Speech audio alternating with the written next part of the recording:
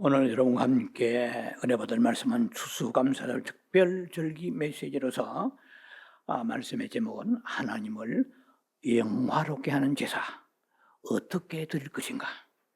본문은 시편 50편 23절 말씀이 되겠습니다. 제가 여러분을 대신해서 말씀을 봉독에 올려드리겠습니다. 시편 50편 23절입니다. 감사로 제사를 드리는 자가 나를 영화롭게 하나니 그의 행위를 옳게 하는 자에게 내가 하나님의 구원을 보이리라. 영어로 those who sacrifice, thanks, offering, honor me. 나를 영화롭게 한다. 나를 공경한다. 이 말이죠. 그 같은 동의어라고 생각하시면 되겠습니다. 영화롭게 한다는 것은 하나님께 영광 돌린다는 뜻과 동의어로 생각하시면 되겠습니다. 하나님의 그 아름다운 성품과 그 위대하심, 하나님의 그 권능을 찬양하고 경배한다는 뜻으로 생각하시면 되겠죠. 오늘은 추수감사주일인데요. 오늘 우리가 봉독해 드린 대로 본문을 가지고 말씀을 나눌 텐데 어떻게 해야 하나님을 영화롭게 할 수 있는 제사를 드릴 수 있나? 제사는 구약에서 쓰는 용어이고 신약에서는 예배라고 일컫는 것입니다. 그런데 구약의 제사에는 반드시 따르는 게 있습니다. 제물입니다. 그러는 제물을 sacrifice라 할 수 있죠. 그런 뜻은 희생이다, 제사, 제물, 다양한 뜻이 있습니다. 신약 시대에는 사실상 이 제사의 개념이 없기 때문에 예배로 우리가 모든 것을 하나님께 경배합니다만은 굳이 꼭 제물을 드려야 되느냐?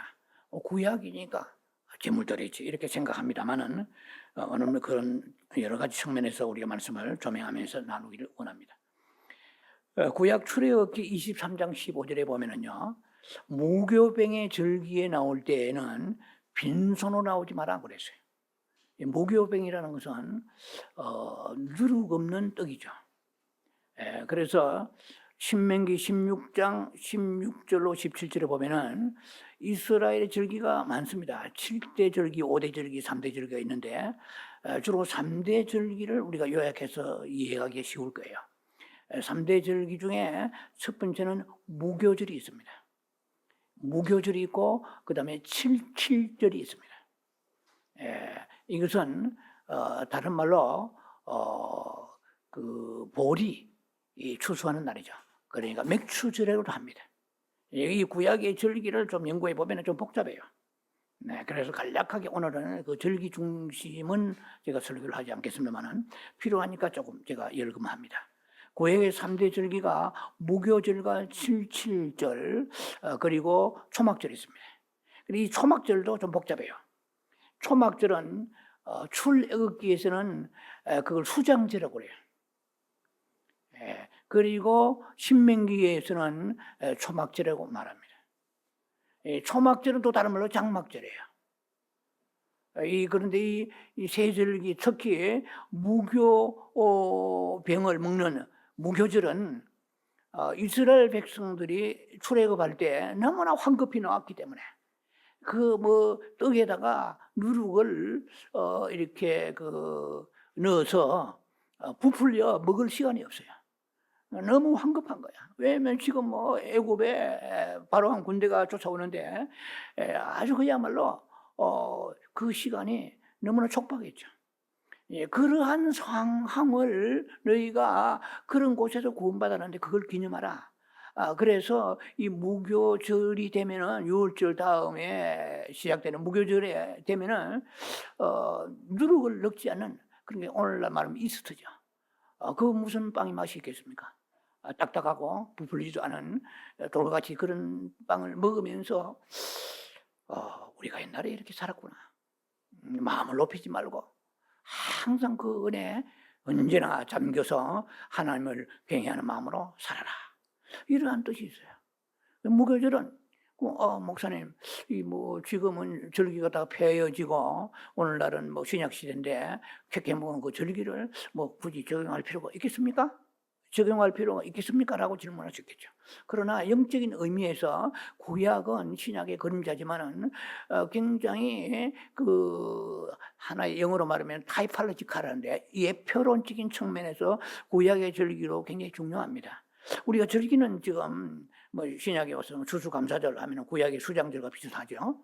예, 이제 그런데 추수감사절은 우리가 지키고, 그리고 뭐 성탄절, 뭐 부활절 이런 몇 개 절기는 지키지만은 뭐 수전절, 불임절 뭐 이거 다 낯설잖아요.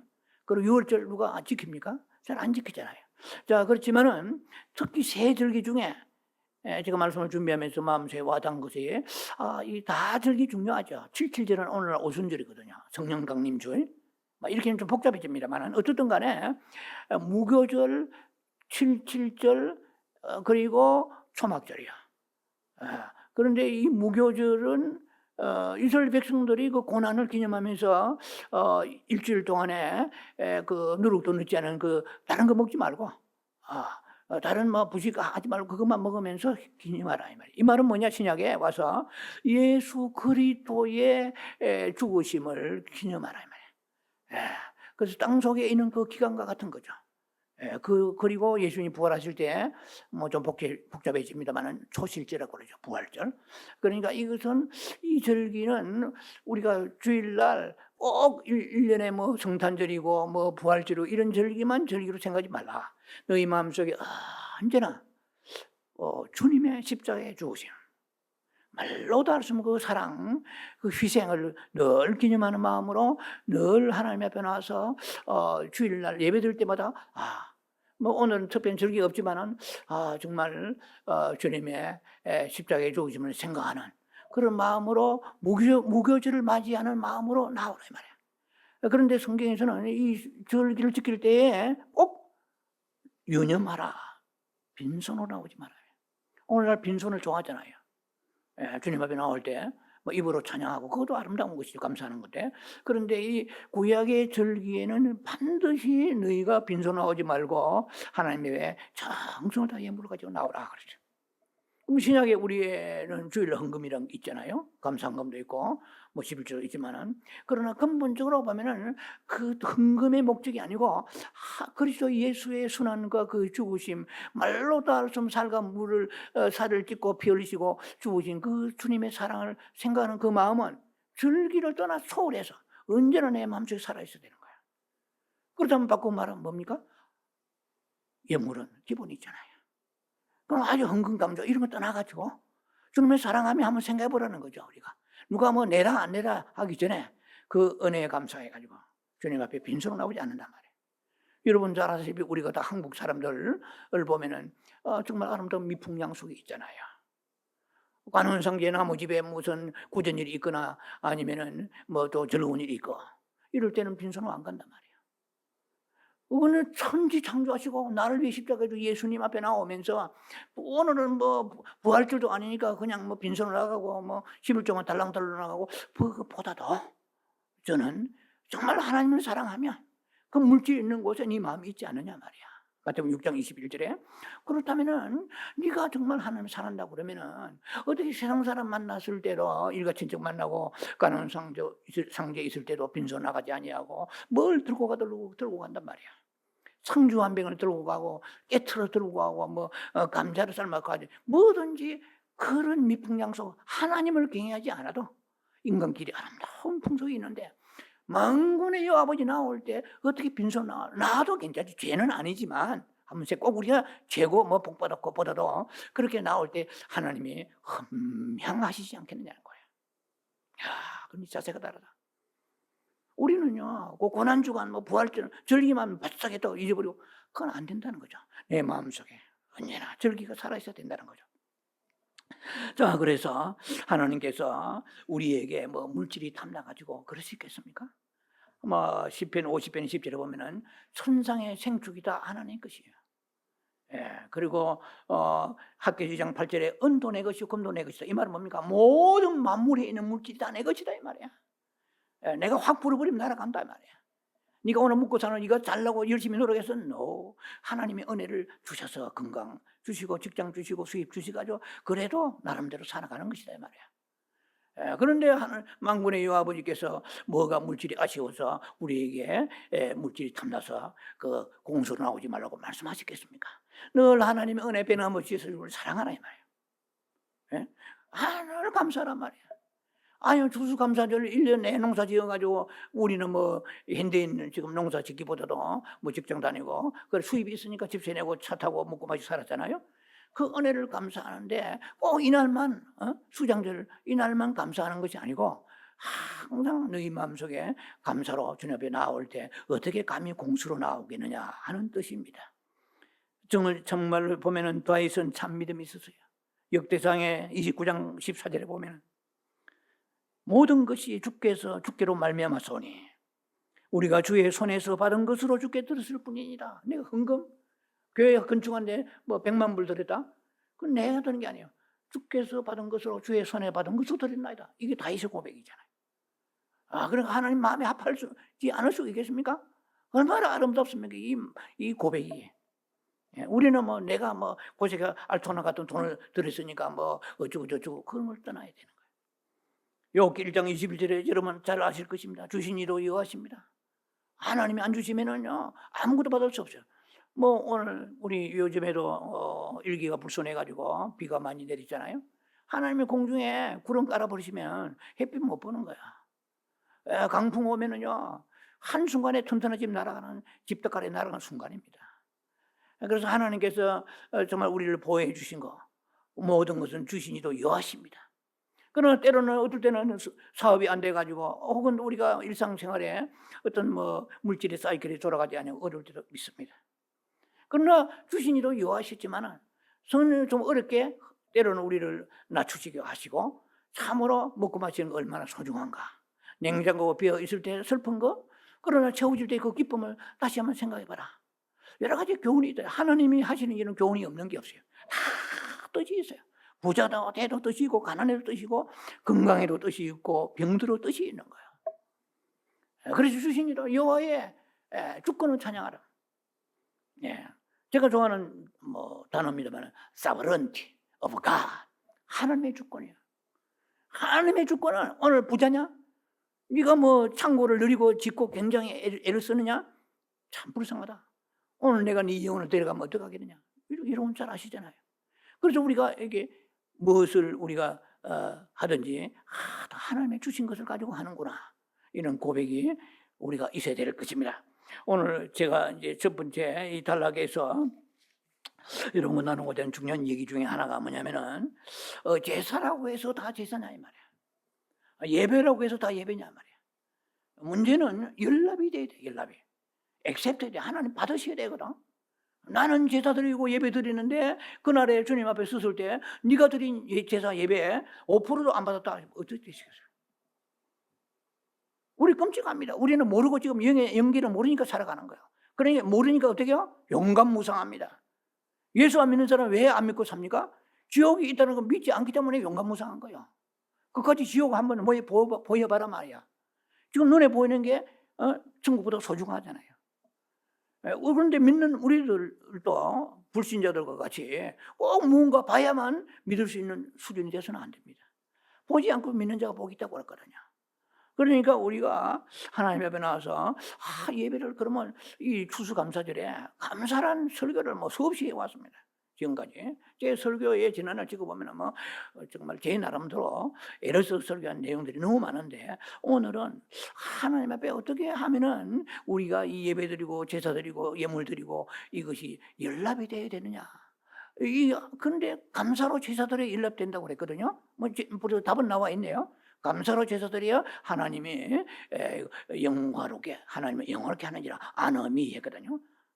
감사로 제사 드리라. 그 감사가 실종되면 안 되는데 그 감사와 더불어서 중요한 몇 가지가 지금 가인의 문제와 그리고 나답과 아비후 2단락에 3단락에 가면 제가 설명 간단하겠습니다. 이 사람들은 하나님을 영화롭게 않은 그런 장본인들이에요. 많습니다만은 뭐 시간상 우리가 한 사람은 예를 들면은 가인과 아벨 이 설교는 제가 오래전에 했어요. 그래서 제가 이 시리즈를 했기 때문에 관심 있는 분은 가인과 아벨의 제사에 대해서 찍으면 아브라함 기막 지금 바로 나와요. 그런데 오늘 간단하게 요약해서 하나님께서 가인의 제물은 연락하지 아니하시고 아벨의 제물은 연락하시다. 이거 여러분 잘 아실 거예요. 그러면은 왜 그런가?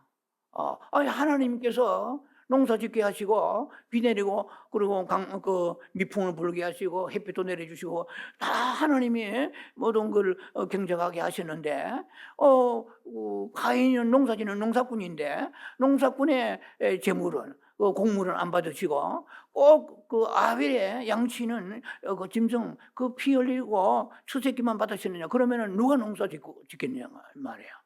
구약의 제사에 여러분 레위기에 보면은 그 소제도 나와요. 소제라는 것은 곡물을 빻아 드린 거거든요. 그런데 지금 이 가인은 자기가 농사꾼이단 말이에요. 농사꾼인 농사 지은 걸 가지고 하나님께 드리는데 아버지 연락 안 하셨다? 이거 아리까리 하잖아요. 뭐 대부분 어떻게 생각하는지 보시지만 성경을 오늘 잠깐 규명하며 넘어가야 되겠습니다. 예, 이거 추수감사에 이 말씀을 들으면서 이런 마음속에 새게 됩니다. 왜냐면은 그 답이 어디에 나와 있느냐? 히브리 11장 4절에 나와 있어요. 11장 4절에 읽어 드리게 해서요. 히브리 11장 4절에 믿음으로 아벨은 가인보다 더 나은 제사를 하는 게 드림으로 의로운 자라는 증거를 받았으니. 아하. 그러면은 아벨은 믿음을 드렸구나. 이 좀 추상적이잖아요. 그 아벨은 믿음을 드렸고 뭐 가인은 믿음을 안 드렸다는 증거가 무엇입니까? 이게 답이 나와 있어요. 이 본문에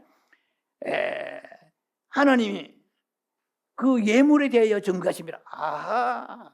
그러니까 믿음 이퀄 예물이야. 이게 되시죠? 그러면 아벨도 예물 드렸고 가인도 예물 드렸어. 그런데 두 예물의 차이는 한 사람은 양의 첫 새끼를 짐승을 잡아 드렸고 또 가인 한 사람은 다른 사람은 가인은 형은 뭘 드렸습니까? 곡물을 드렸단 말이에요. 그러면은 아까 제가 말씀드렸습니다. 반복되는 것 같습니다만은 그 하나님께서 지급도 주시잖아요.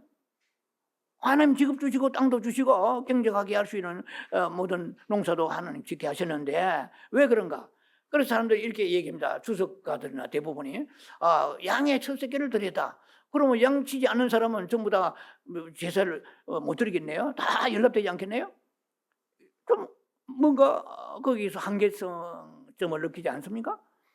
그런데 저는 제 나름대로 생각을 하면서 저 유명한 돌아가셨습니다만은 그레이스 커뮤니티 처치의 담임 목사이신 잠 메가드 목사님의 바이블 성경이라고 있습니다. 제가 그걸 참고를 해보니까 놀라운 얘기를 해놓은 거예요. 뭐냐면은 가인 성경은 있는 건 아니에요. 성경은 전부 다 기록한 건 아닙니다. 비하인드 미닝이 있어요. 그 속에 그 은밀하게 숨어있는 의미가 영적 의미가 있습니다. 이걸 끄집어내는 게 쉽지 않죠. 그런데 가인과 아벨의 차이는 가인은 하나님의 계시에 순종하지 않았다는 거야. 무슨면은 하나님께서 가인과 아벨을 똑같이 불러놓고 구약에는 하나님 음성이 임했잖아요, 직접. 그러니까 너희가 제사를 드릴 때에 그 양을 잡아서 드리라 그러니까 가인이 생각에 불만이 온 거야 이제.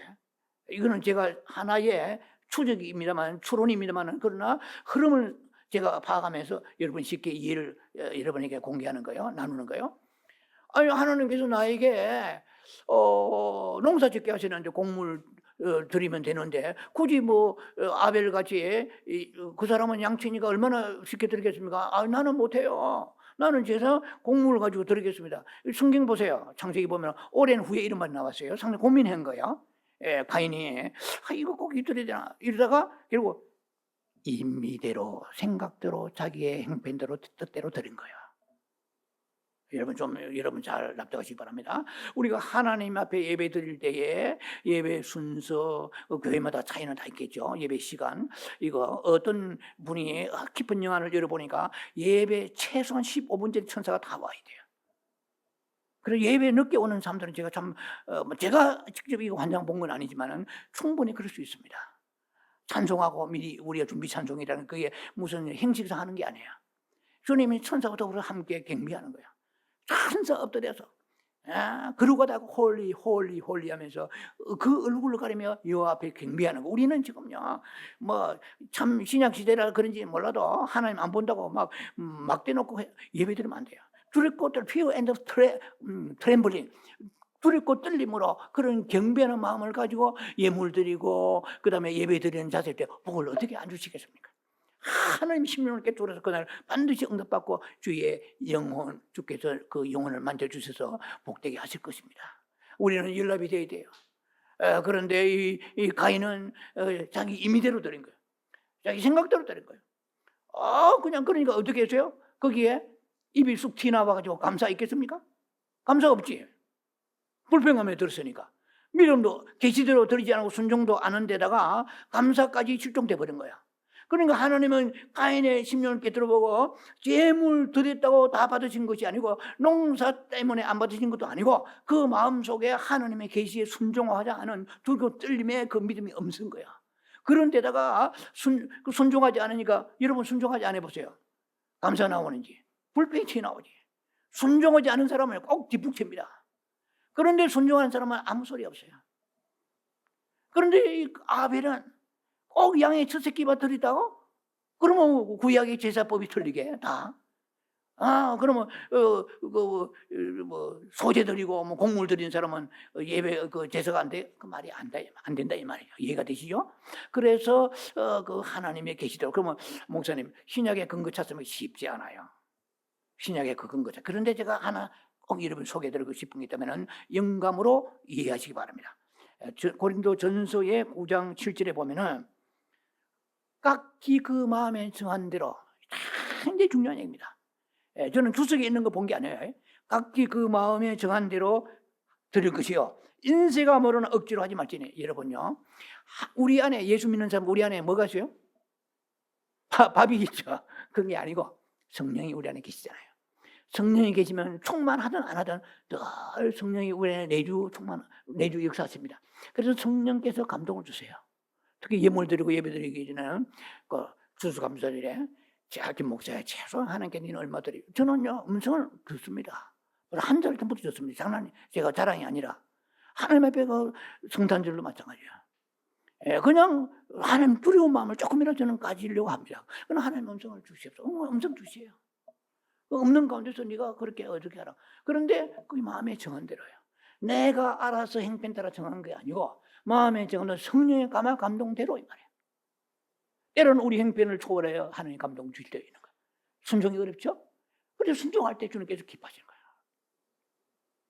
아무 생각 없이 얼마나 기뻐하시겠어요.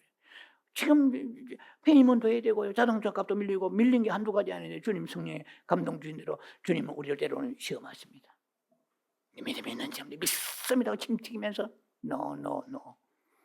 네가 하나님께서 감동 주시면 네 삶을 초월해가지고 네가 예수 이 세상보다 예수보다 더 귀한 것이 없네. 찬송 멋들어지게 부른다마는 네한테 귀한 것이 너무 많구나. 나보다 귀한 것이 너무 많구나. 그 우리는 믿음에 실족할 때가 많아요. 때로는 하나님 보실 때 미싱될 때가 많습니다.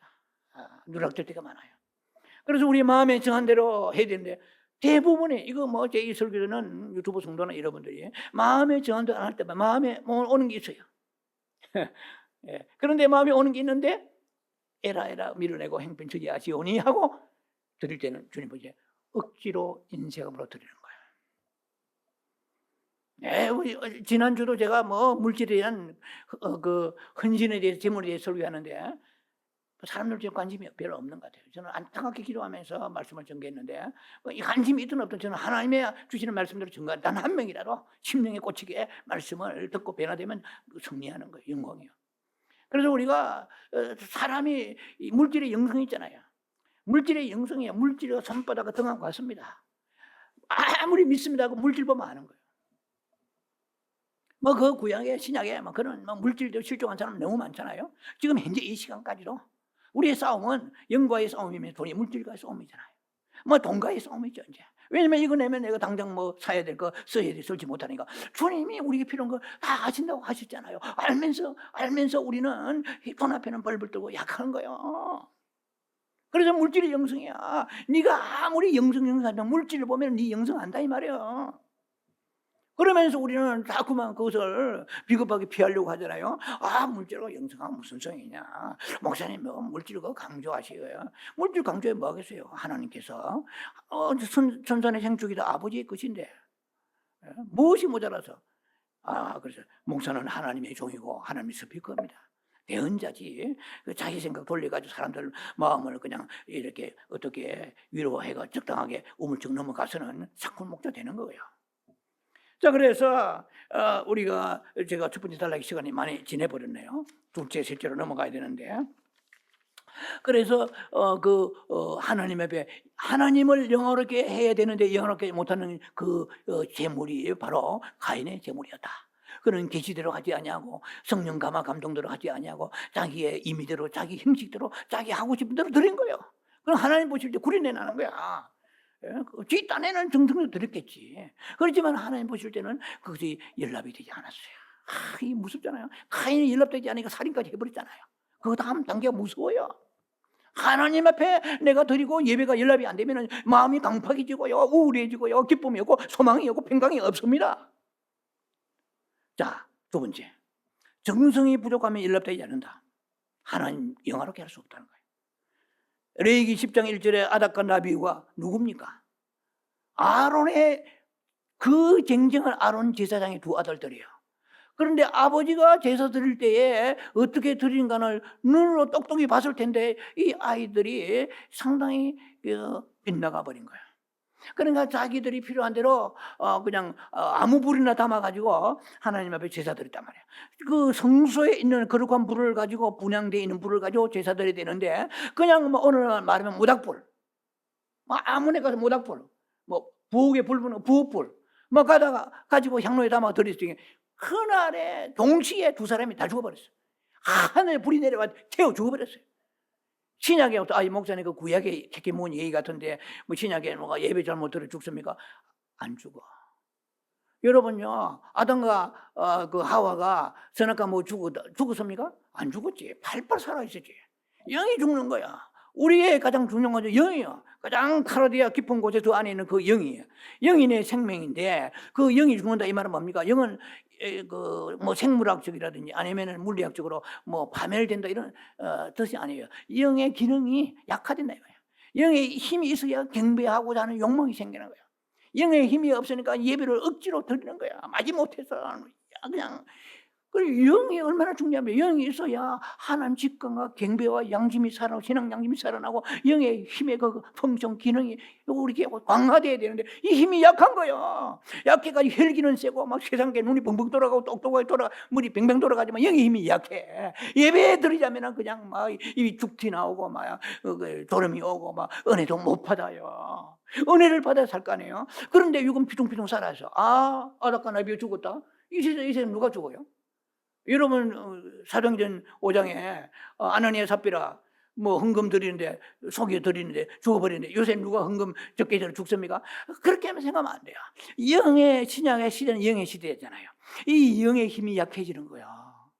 그래서 하나님이 원하신 대로 그 원하시는 그 의식대로 규례대로 절차를 밟아가지고 정성을 다해서 fear and trembling 두렵고 떨림으로 그렇게 제사 드려야 되는데 이거 뭐 아무 모닥 부리고 무시고 불 담아드리 하나님이 굉장히 기뻐하고 오죽한 불로 태워 그냥 아론의 제사장인데 그렇게 동시에 죽어버렸단 말이야.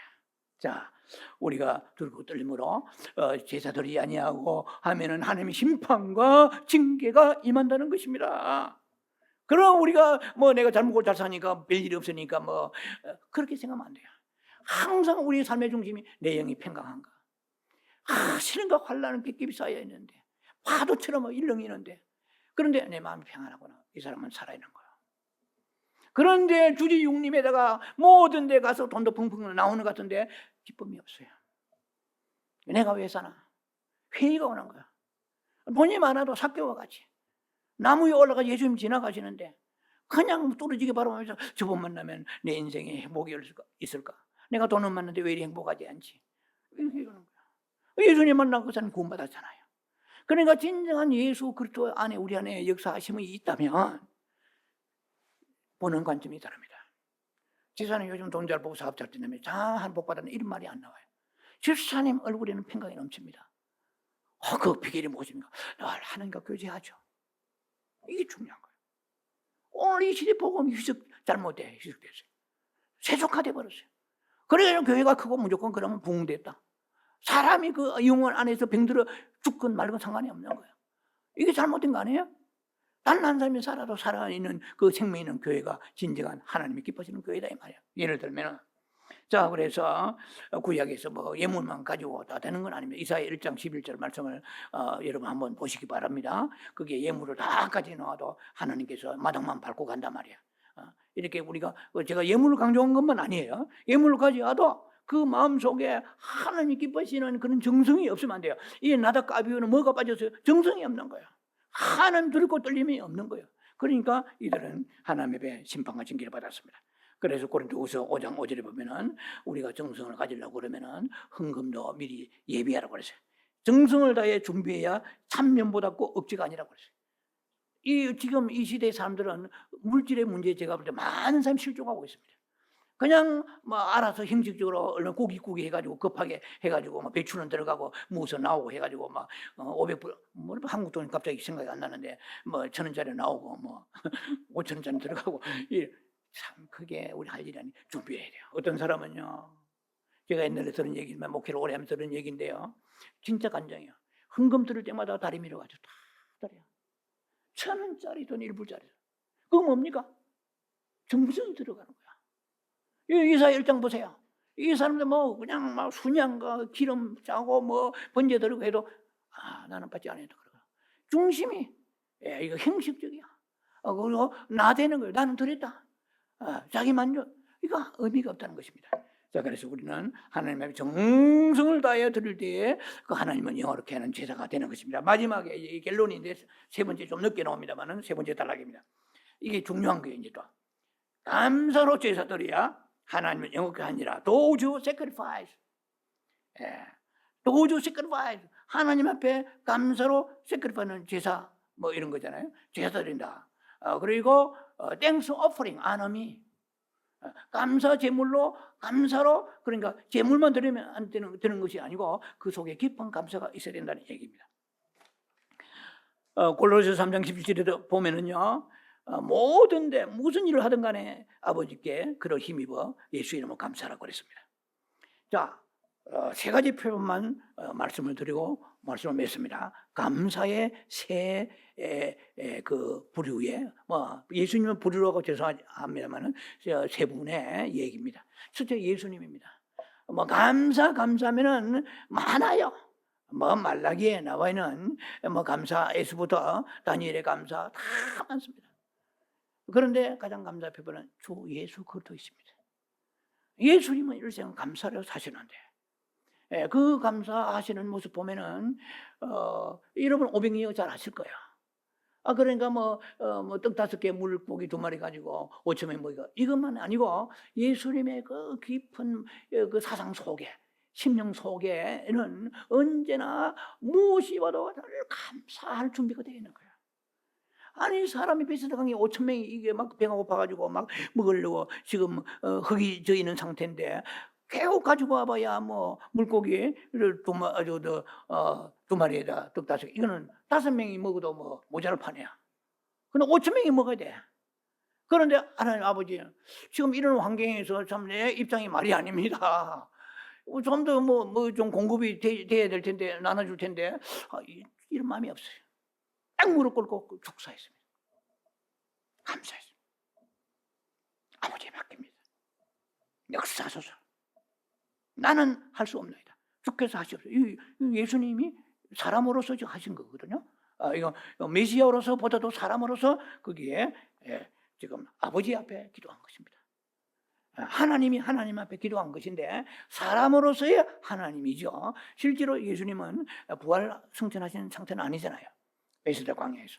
그러니까 아버지 그 많은 사람 앞에 기도 사람들이 지금 우리가 사람이 5,000명인데 말이야 저 좀 하는 거 모습 보니까 뭐 하시나 생각하겠죠. 500명. 여러분들 아시다시피 여자와 어린아이 외에 5,000명 그러니까 5,000명이 넘지. 여자와 어린아이 빼고 5,000명이니까 12강주 남았어요. 이건 뭡니까? 감사는 기적을 산출한다. 기적의 목표를 두지 말란 말이야. 기적을 일으키려고 자꾸 눈이 휘둥그러지 말고 감사해봐라. 목적이 하나님 감사하면 기적은 저절로 보너스로 따라온단 말이야. 할렐루야. 그리고 예수님이 십자가 죽으시기 전에 한번 생각해보세요. 여러분이 병원에 어디가 몸이 안 좋아서 심각하다 할 때 여러분 얼굴이 뭐 죄송하지만 찌그러지잖아요. 죽은 얼굴 되잖아요. 아직 죽지도 않았는데, 암 일기입니다. 유방암 일기입니다. 뭐 그냥 그날부터 막 살맛이 떨어지고 밥맛 떨어지고 막 잠도 안 오고 이렇게 한 거야. 그 신앙 보면은 뭘 알 수 있냐? 믿음, 우리의 생명이 위기에 왔을 때 그 사람 믿음이 알 수 있는 거야. 아니, 암이라도 담대하다. 이 사람은요, 평소에 믿음이 이끄는 그 사람의 모든 결정적인 것은 그 사람 믿음 있는 사람이야. 죽음 앞에 담대한 거야. 다니엘이 왜 그 종말론적인 신앙에 위대합니까? 아니, 그냥 그 사자굴에 들어가면 쥐 뜯기면 그는 순식간에 죽는 거거든. 그런데 하루 3번 기도했다. 이 말은 뭡니까? 종말에 아버지, 내 생명 주님께 맡깁니다. 주님은 죽든지 살든지 역사하소서. 이건 다니엘이 위대한 종말론적 신앙이거든요. 오늘 우리가 종말론, 다미 성교에서부터 옛날에 종말론 신앙 많잖아요. 그런데 실제로 보면 죽음 앞에 벌벌 떠는 이건 아니에요. 이거는 가짜 종말론적 신앙입니다. 예수님은 십자가 죽음을 앞두시고 제자들 앞에서 그들에서 떡을 나누어 주시고 그리고 포도주 나누어 주시면서 마음이 막 심각하고 이러지 않았어요. 축사하시고 감사하고 들어간 거예요. 하늘의 아버지 감사한 거예요. 그리고 분변과 그리고 분잔 떡과 나눠주면 내 몸이다. 이것은 앞으로 내가 너 죽을 내 몸이다. 내가 너를 흘릴 피다. 나눠주신 거예요. 주제 뭐가 있습니까? 아버지 앞에 감사. 죽음 앞에 감사해요. 여러분들이 저나 여러분이나 안 죽을 사람이 있습니까? 다 언제 죽게 돼 있어. 그럼 죽음 앞에 뭐 하겠어요? 솔직히. 제가 목사를 평생 40년 목회했지만 수많은 성경구절 외우면서 죽음 앞에 택도 없어요. 그런 시간도 없어요. 할렐루야. 아버지 내 영혼을 맡기나이다. 예수님 십자가에 죽으실 때 그랬잖아요. 아버지 내 영혼을 맡기나이다. 그 다음에 주께 감사하나이다. 네, 예수님 죽기 전에 이런 모습을 보이신 것은 너희도 죽음 앞에서 담대하라. 어떠한 어려움 앞에서 감사하라. 할렐루야. 그래 하늘 문이 열리실 것입니다. 자, 시편 119편 62절에 보면은 주의 어려운 규례로 인하여 밤중에 일어나 감사하리라. 시편 119편 62절입니다. 여러분 밤중에 일어날 때가 있죠. 저는 자주 일어납니다만은 목말라 일어날 때 목마시고 일어날 때도 있고 또 소변 보러 갈 때도 있지만 일어날 때 그러니까 낮이고 밤이고 걸어가나 누워서나 밥을 먹을 때나 쉴 때나 언제나 감사해서 항상 감사해. 구원에 감사한 거죠. 내가 살아있음을 감사. 아침 눈 뜨는 아버지 호흡하고 살아있음을 감사. 늘 감사로 일생을 사는 모습을 이게 시편 119편에 우리에게 보여주십니다. 자, 이제 두 사람을 소개하고 마칩니다. 요나 여러분 잘 아시잖아요. 니네로 가야 되는데 안 갔잖아요. 니네라는 것은 압수르의 그 수도거든요. 이스라엘을 괴롭힌 나라, 원수 이가 갈리는 나라야. 그러니까 니느웨로 안 가고 다시스로 내려가다가 물고기 밥이 됐잖아요. 여러분 잘 아실 겁니다. 요나서. 또 요나가 큰 물고기, 고래 같은 물고기죠. 아무리 그도 고래보다 큰 게 있겠습니까? 물고기 속에 들어가 3일 동안 있었잖아요. 그런데 요나서 2장 9절에 이렇게 나와 있습니다. 나는 감사하는 목소리로 주께 제사드리며. 이게 뭡니까? 요나가 그 선지자지만 감사의 삶이 없는 거야. 그런데 이제 물고기 뱃속에서 찐득찐득하고 숨이 막히고 이런 살아있던 자체가 기적이죠. 곧 죽을 것 같다는 그런 절박한 환경 속에서 그거 딱 생각나는 것은 내가 감사하는 것을 잊었구나. 불평이 많았구나. 선지자지만 목사지만은 선교사지만은 왜 이렇게 힘듭니까? 그러니까 이런 것이 있었더란 얘기요. 요나가. 그러니까 마지막으로 주님에 들은 게 감사로 있었다는 거예요. 여기 감사합니다. 내가 주어 선을 갖겠나이다. 나의 구원이 주께 있나이다. 이거요. 요나서 2장 9절 보세요. 그럼 감사하면서 구원의 하나님이시여. 내가 이렇게 지난날 살아가면서 감사 없는 삶을 살았는데 이제 마지막으로 죽기 전에 주님 앞에 감사 올려드립니다. 내가 살기 위해서 감사하는 게 아니라 내가 죽기 전에 주님 앞에 하지 못한 감사. 이건 좀 제 생각입니다. 영감으로 하는 거예요.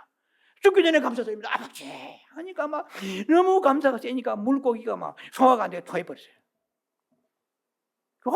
감사가 안에서 나오니까 팽창돼가지고 고래인지 물고기인지 어떻든 간에 소화를 못 시키는 거예요. 육체 토해버렸어요. 바울과 실라 아시죠? 바울과 실라. 아니 한번 생각하세요. 제가 바울과 실라였다면은 하나님, 우리가 복음 전하는데 이 감옥에 갇힌 왜 말입니까? 큰 살 보내줘가지고 이게 우리 찾고도 차지 아니고 열어주시는데 이게 죽게 되었습니다. 이거 어떻게 된 겁니까? 이런 말을 했어요? 안 했지. 밤중에 일어나 찬송하고, 그때 찬송 감사할 때입니까? 그 간송한 들으면 오히려 더 옥살이 하는데 고될지. 바울가 사람 의식하지 않고 하나님의 감사 찬송을 해. 그냥 감사 찬송이 얼마나 셌는지 막 감옥이 소화를 하지 못해가지고 막 옥문이 열리면서 토해버린 거, 쉽게 말하면. 자, 오늘 여러분이나 우리가 얼마나 어려운 현실에 삽니까? 한국 사람들 정치적인 문제, 그리고 경제적인 문제, 우리 오늘 하루 살아가는 삶이 지옥 같은 현실이지만 우리가 감사로 제사드리면, 주여 어떠한 역경이 숨기는 감사합니다, 감사합니다 할 때 이 어려운 현실이 우리를 감당 못해 토해버리고 자유케 하게 될 것입니다. 감사로 제사드리는 여러분에게 주 이름으로 축원합니다. 기도합니다. 자비하신 아버지, 은혜를 감사합니다. 감사로 제사드리는 사람은 있었지만 우리는 감사로 제사드리며 주를 영화롭게 할 수 있도록 축복해 주옵소서. 사랑하는 유튜브 성도들, 우리 모두에게 감사의 삶을 살면서 하나님이 영화롭게 하다가 이 땅에 아버지 우리의 생을 마감하도록 축복해 주옵소서. 예수님 이름으로 감사 축복 기도합니다. 아멘.